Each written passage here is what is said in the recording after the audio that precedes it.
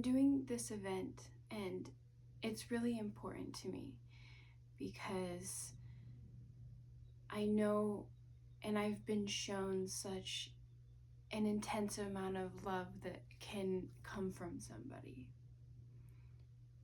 Examples like Jesus, and he's my number one example right now. I know that there are others, and I don't claim a religion. And even what instigated this speaking right now, because I wasn't planning on it, I have this, I think, hopefully it's an illusion, because I don't want it to be true. I have this illusion that the more woo-woo I am, the more real about my spirituality I am, the less people that will come to my event. Like I'll be, because I don't want to,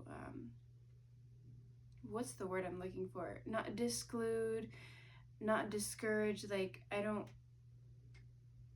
want some people not to be included because they choose not to come because of something I say, because then I'd feel like my words were interrupting the process of just do it and show love and hold that space for people.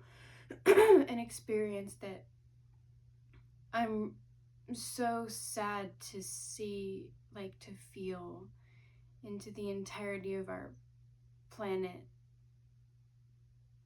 So many beings that are not experiencing the love that's available, don't have the hope that it's there because they can't see it, because of how immensely dark their situations are. And excuse me.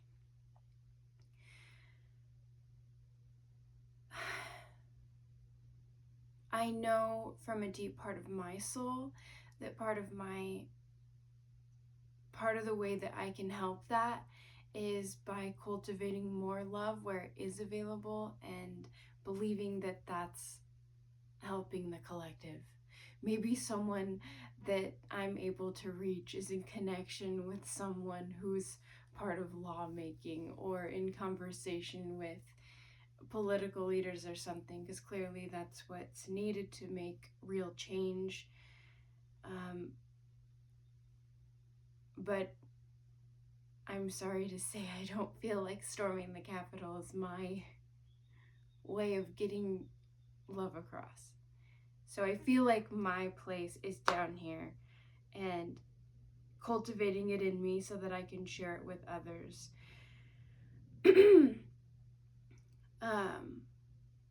But I want to share my process because I was thinking about it, and I want to share my process so that the people that are experiencing the sound healing that I'm giving, the guided meditation that I'm giving, I want them to know how intentional and purposeful it is, because it is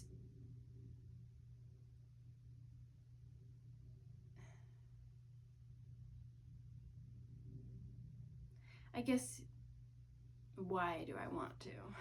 Why can't I just host an event and not share who I am? But I feel like sharing who I am is part of it. And it's scary. But I feel like it's important to say that I am made up of a Christian background, and I am no longer religious. Jesus's love inspires me every day, and there's never a day that I want to go without remembering what amount of love exuded from somebody willing to walk to his death to try to wake anyone up that he could to the hope that is right in front of them.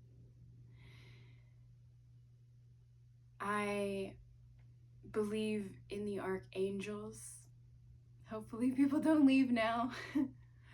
I believe in the angels. I believe in Michael and Raphael, in Uriel. And those are the ones I call upon the most. There's more. Raphael is meant to be, is described as an energy to help you for see something into fruition. Uriel is said to be a musical, like a more of an artistic expression. Those are the two that I call upon the most. And Michael is on a lot of biblical stories for people that know those stories. A messenger of sorts, and like a rock.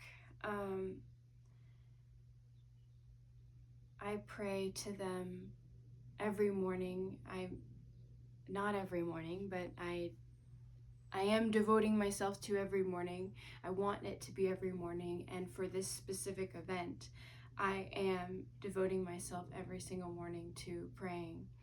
I wake up, I meditate in a loving awareness state. That's my whole goal, to get into a place of I am loving awareness, a loving awareness of who I am and how I behave and how I make mistakes and how others make mistakes, how there's fear in life, how there's joy, how there's all these things. Like, I step back into the place of I am loving awareness of it all.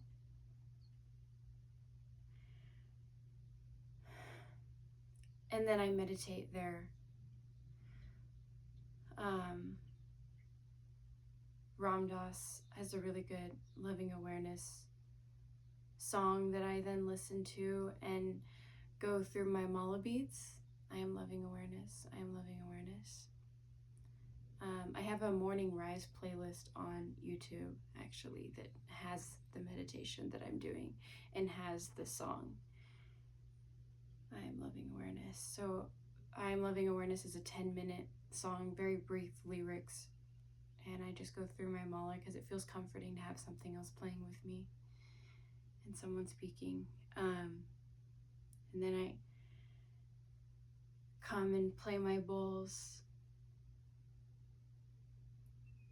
And something I believe about sound healing is that it doesn't need to be super loud. I do think that there's value in the dissonance when it goes like whoa, whoa, whoa, you know, and it's really loud. Personally, I'm someone that is very sensitive to stimulation, so that's too much. That's too intense for me. I get the same, and I believe others' energy gets the same impact by playing it at a choir decibel. It's still the same hertz. So I play peaceful bowls, as I will at my event as well. You'll never see me getting super loud with it.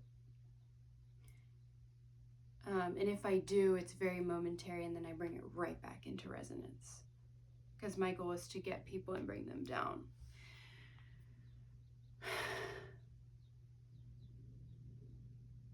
I think that's everything I wanted to say, and I'll post more about my journey, but yeah, I'm gonna be more raw about it and my process because I want people to know me.